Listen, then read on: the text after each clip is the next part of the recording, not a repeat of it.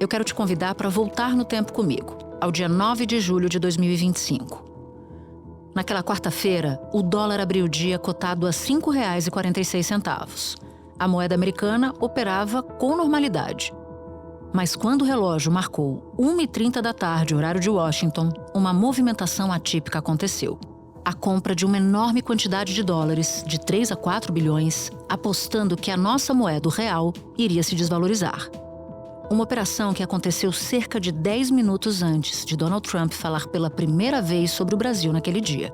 Agora preste bastante atenção no que disse o presidente dos Estados Unidos no início da tarde do dia 9 de julho. Falando sobre tarifas, falando sobre essas cartas, as novas, dizendo assim, o Brasil é um exemplo, não tem sido muito bom para nós, nada bom, aliás. Vamos estar divulgando um número ligado ao Brasil, devemos imaginar que esse número é relativo a quanto será a tarifa, então, que vai pesar sobre o Brasil. Eu acredito que ainda hoje à tarde ou amanhã de manhã, mas esse número será baseado em fatos muito substanciais e também na história passada. Horas depois, às 4h17 da tarde, horário local, veio o anúncio derradeiro, que chegou por meio de carta. A carta começou.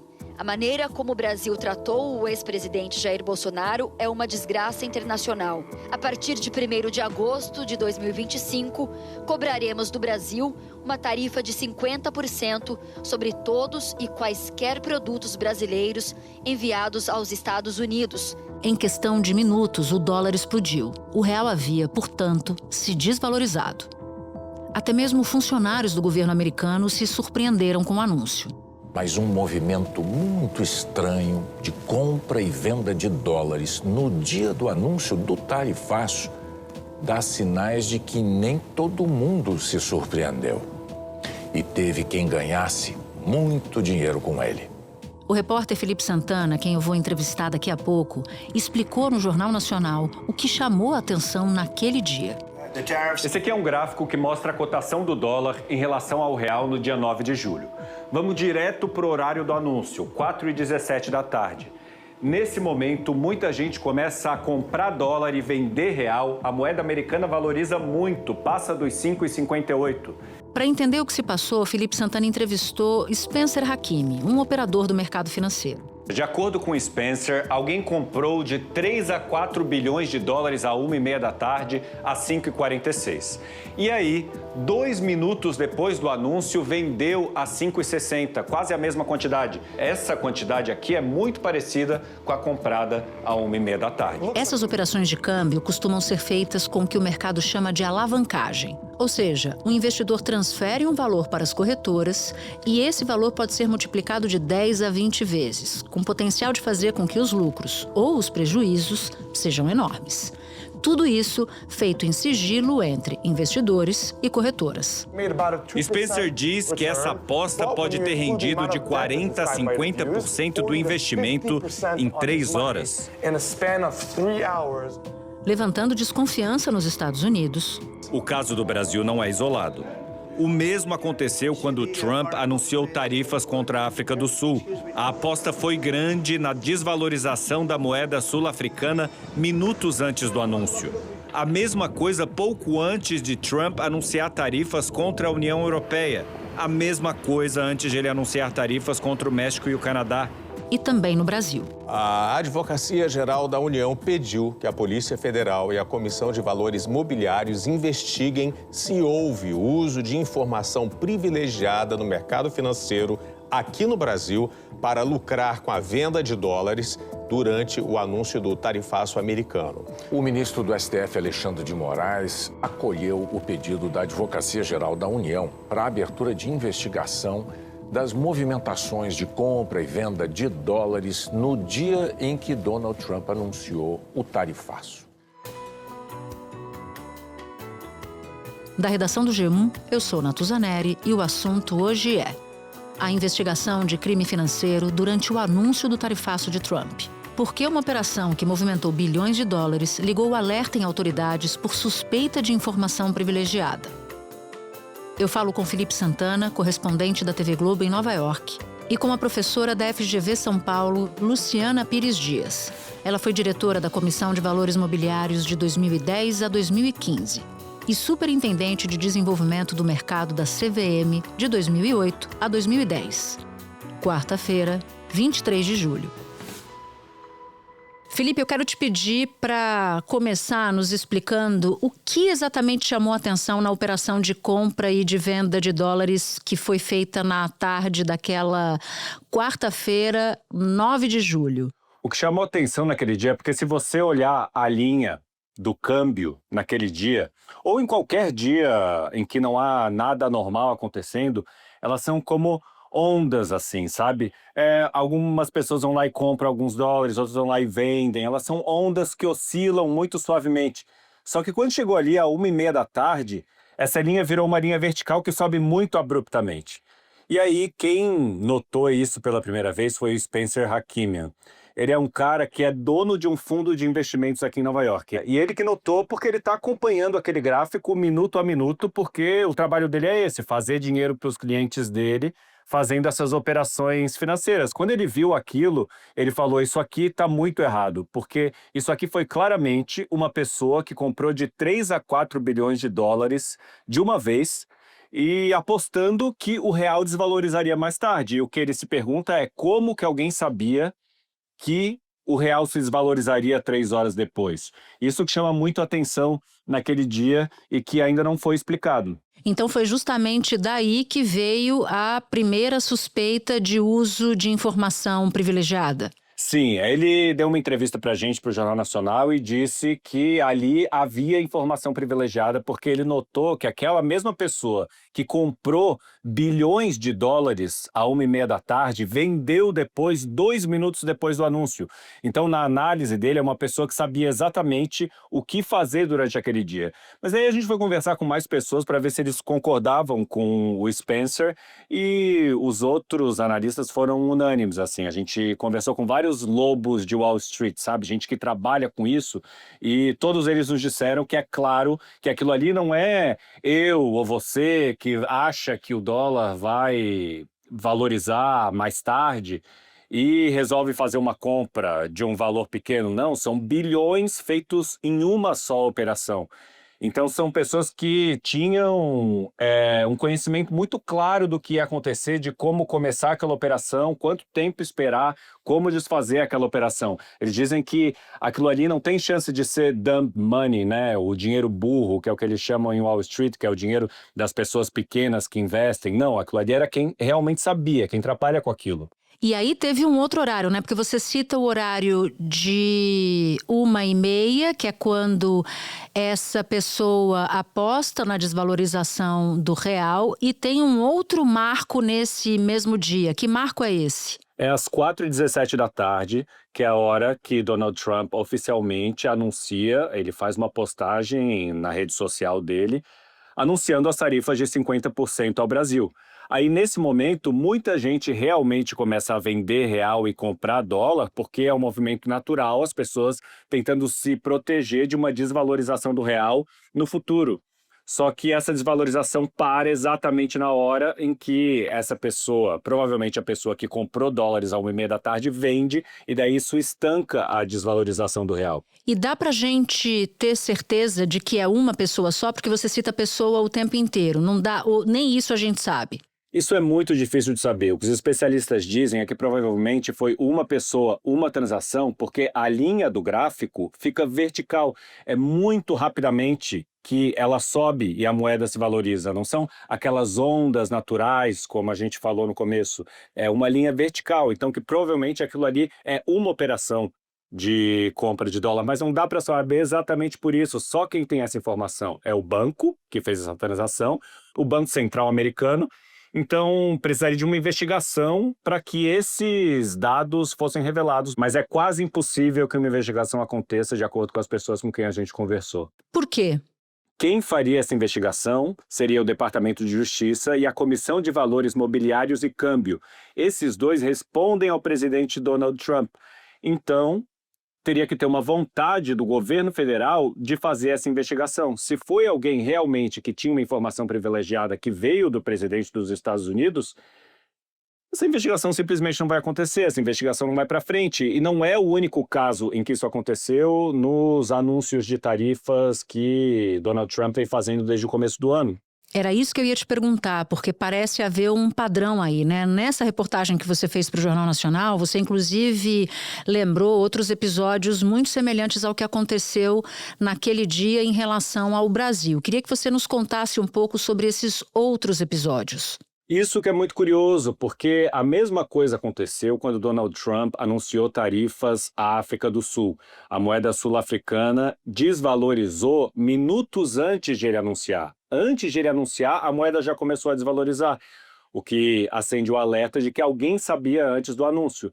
Mas não para por aí, porque também quando Donald Trump anunciou tarifas à União Europeia, a Bolsa de Valores Nasdaq começou a desvalorizar. Quem comprou antes também ganhou dinheiro. E também aconteceu quando Trump anunciou tarifas ao México e o Canadá, a mesma coisa, as moedas começaram a desvalorizar antes do anúncio. Então é um padrão que está acontecendo aí.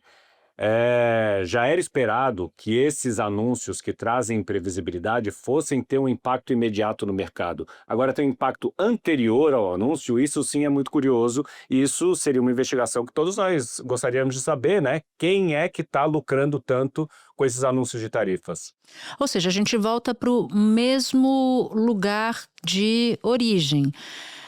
Para saber o que de fato aconteceu, precisaria de uma investigação. A CVM aqui no Brasil é chamada de xerife, né, do mercado financeiro, fica avaliando se há indícios de irregularidade, mas como você bem explicou, ela tem essa vinculação com o governo e depende do governo querer a investigação ou não. O que a imprensa americana está dizendo sobre esse caso em particular, Felipe? Sobre esse caso em particular, não muito. A gente chamou a atenção da gente no Brasil exatamente porque tem a ver com o real, mas a imprensa americana está especulando bastante se existe alguma informação privilegiada que está fazendo tanta gente ganhar dinheiro com essas tarifas. O que acendeu o alerta para a imprensa americana foi no dia 9 de abril. Porque no dia 9 de abril, o presidente Donald Trump pausou todas as tarifas que estavam em vigor naquele momento. Antes disso, de manhã nas redes sociais, ele postou dizendo: é uma grande hora para comprar. Pois é, o senador democrata Adam Schiff pediu que o Congresso americano investigue se o presidente Trump manipulou o mercado de ações. O presidente americano postou que este era um grande momento para comprar ações. Isso foi minutos antes da abertura do pregão. Ele assinou com as letras DJT, que são as iniciais dele, e que também é a identificação na bolsa da empresa de mídia da família Trump. Mais tarde, ele deu a pausa nas tarifas recíprocas e a bolsa começou a subir. As ações da Trump Media subiram 22,6%, 2 vezes mais que o mercado em geral. Quem comprou naquele momento realmente ganhou dinheiro porque à tarde ele pausou as tarifas. E depois ele recebeu no Salão Oval da Casa Branca bilionários, donos de fundos de investimentos. E ele fez uma piada assim com eles, dizendo que, olha, eles estão muito felizes porque eles ganharam muito dinheiro. Um ganhou 2 bilhões, o outro ganhou 900 milhões, então tá todo mundo muito feliz aqui. Isso acendeu o alerta, porque eram amigos do presidente e a imprensa se perguntou se haveria ali algum tipo de informação privilegiada. E não foi só a imprensa, os deputados da oposição também se manifestaram. Mas Donald Trump tem o controle tanto do Senado quanto da Câmara, então é muito difícil que qualquer investigação vá para frente nesse momento. O controle do governo sobre todos esses assuntos é muito grande nesse momento. O poder está quase todo nas mãos de Donald Trump. Você citou o Spencer, né, esse jovem lobo de Wall Street. O que ele disse sobre esse enredo todo? Ele afirma que é um dos governos mais corruptos da história. Ele acredita piamente que Donald Trump sabe do que está acontecendo, são amigos dele que estão sendo privilegiados. E se ele realmente tem razão, seria um dos maiores escândalos de corrupção da história, né? O que fica por saber se a gente algum dia vai conseguir resolver esse mistério de quem está ganhando tanto dinheiro com isso. Felipe, muito obrigada pelas informações. Um bom trabalho para você. Muito obrigado, Natuza, por receber a gente aqui. Espera um pouquinho que eu já volto para falar com a Luciana Dias. Luciana, eu conversava com o Felipe sobre as operações que acabaram levantando suspeita de uso de informação privilegiada. Com você, eu quero falar sobre as regras do mercado e quando operações suspeitas se transformam em investigação. Quando uma operação de compra e venda de dólares pode ser considerada ilegal? Toda vez que uma operação é não equitativa, ela pode ser uma operação irregular. Quando que uma operação é não equitativa?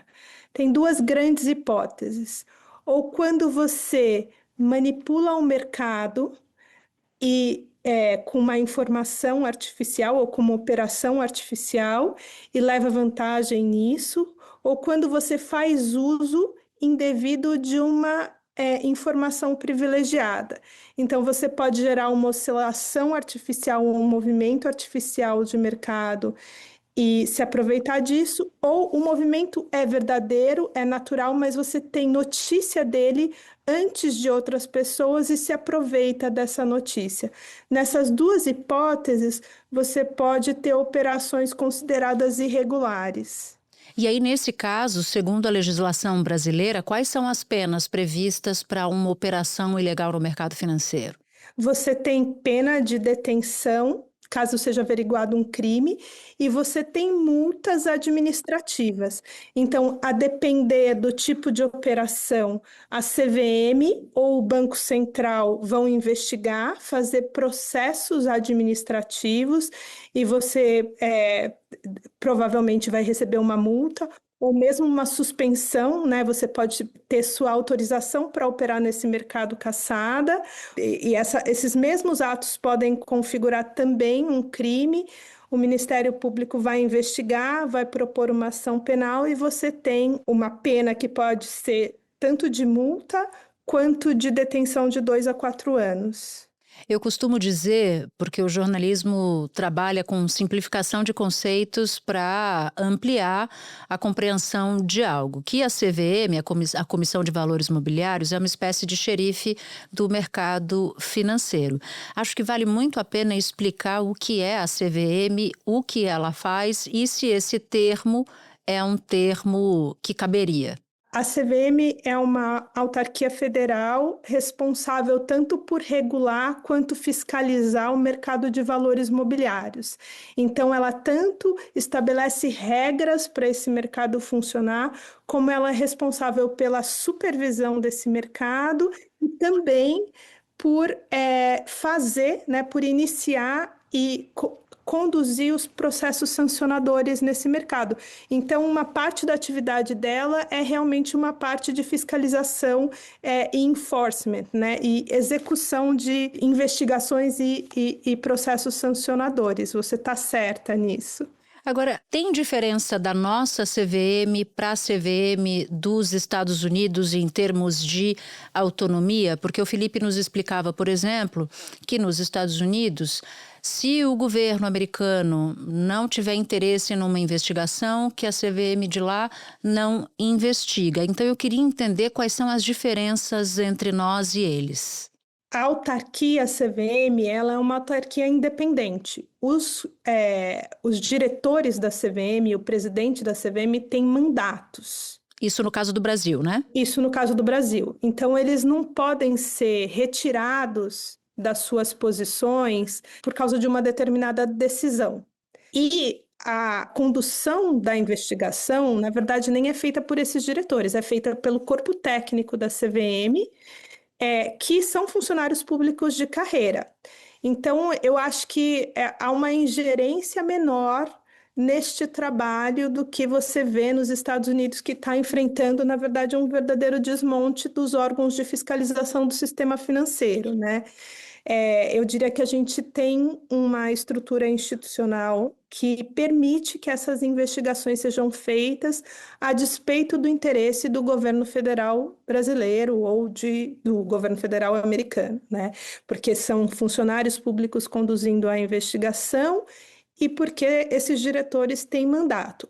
A competência para verificar o mercado de derivativos nos Estados Unidos é de um regulador chamado CFTC. Lá o mercado de valores mobiliários é dividido entre dois reguladores. A SEC cuida do mercado de ações e a CFTC cuida do mercado de derivativos. Então, provavelmente, essas operações estão sob a competência desse regulador que cuida do mercado de derivativos, tanto de juros quanto de dólares, no caso são operações com dólar. E a SEC seria o nosso correspondente aqui no Brasil da CVM, é isso? Isso. A CVM corresponde aos dois, porque ela tem competência para fazer as duas coisas, tanto no mercado de ações quanto no mercado de derivativos. Então, a CVM é a conjunção de competências desses dois reguladores. Tanto um braço quanto o outro dependem de uma decisão de governo, por exemplo, para poder proceder a uma investigação? Eu não acho que elas dependam de uma decisão de governo. O que eu acredito que está acontecendo é que tem um esvaziamento das áreas de fiscalização.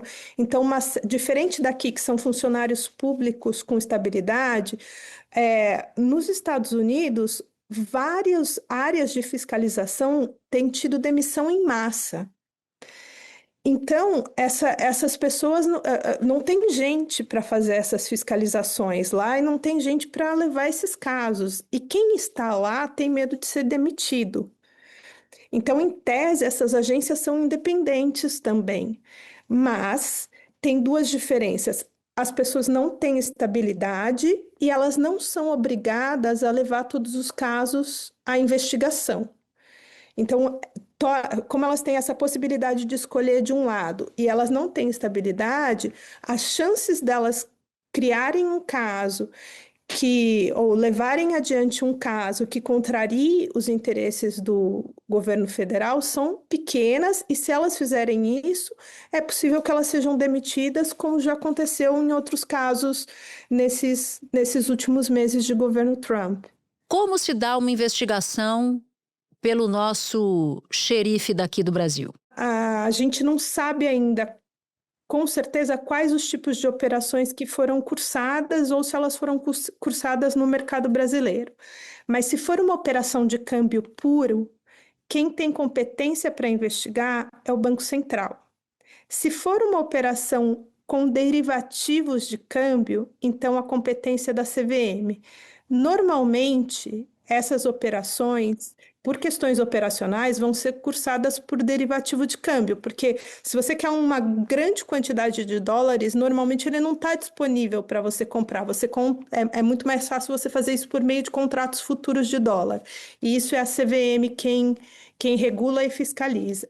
O que a CVM vai fazer agora, recebendo essas informações, é abrir um processo administrativo e vai perguntar para as instituições intermediárias que cursaram essas operações quem era o beneficiário final e ver se essas operações eram atípicas para aquele beneficiário. E se ela identificar operações que foram atípicas, ela vai tentar entender qual é a racionalidade econômica daquelas operações.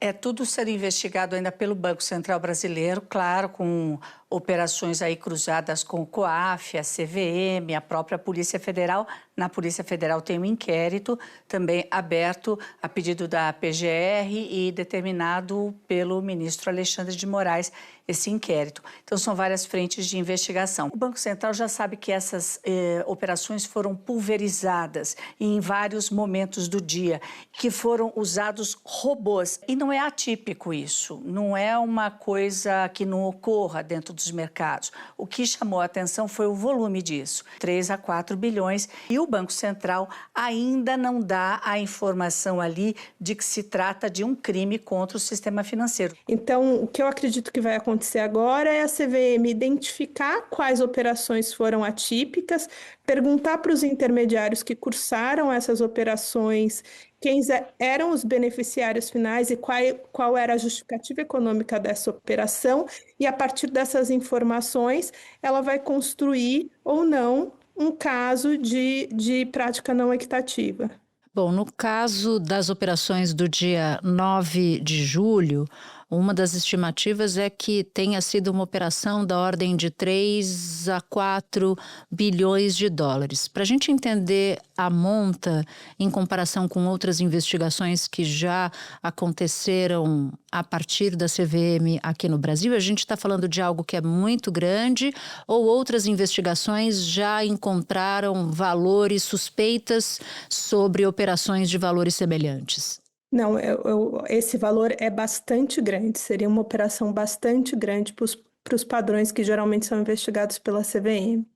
Luciana, te agradeço muito por você ter topado conversar com a gente aqui do assunto.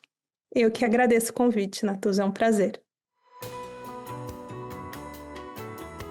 Se você ouviu o episódio até aqui, eu vou te fazer um convite. Baixar o aplicativo do G1 no seu celular. Por lá, você pode ouvir o assunto, claro, e pode também acompanhar todas as notícias do dia em tempo real e de graça. Este foi o Assunto, podcast diário disponível no G1, no YouTube ou na sua plataforma de áudio preferida. Comigo na equipe do Assunto estão Mônica Mariotti, Amanda Polato, Sara Rezende, Luiz Felipe Silva, Thiago Kazuroski e Carlos Catelan. Eu sou Natuza Neri, fico por aqui. Até o próximo assunto.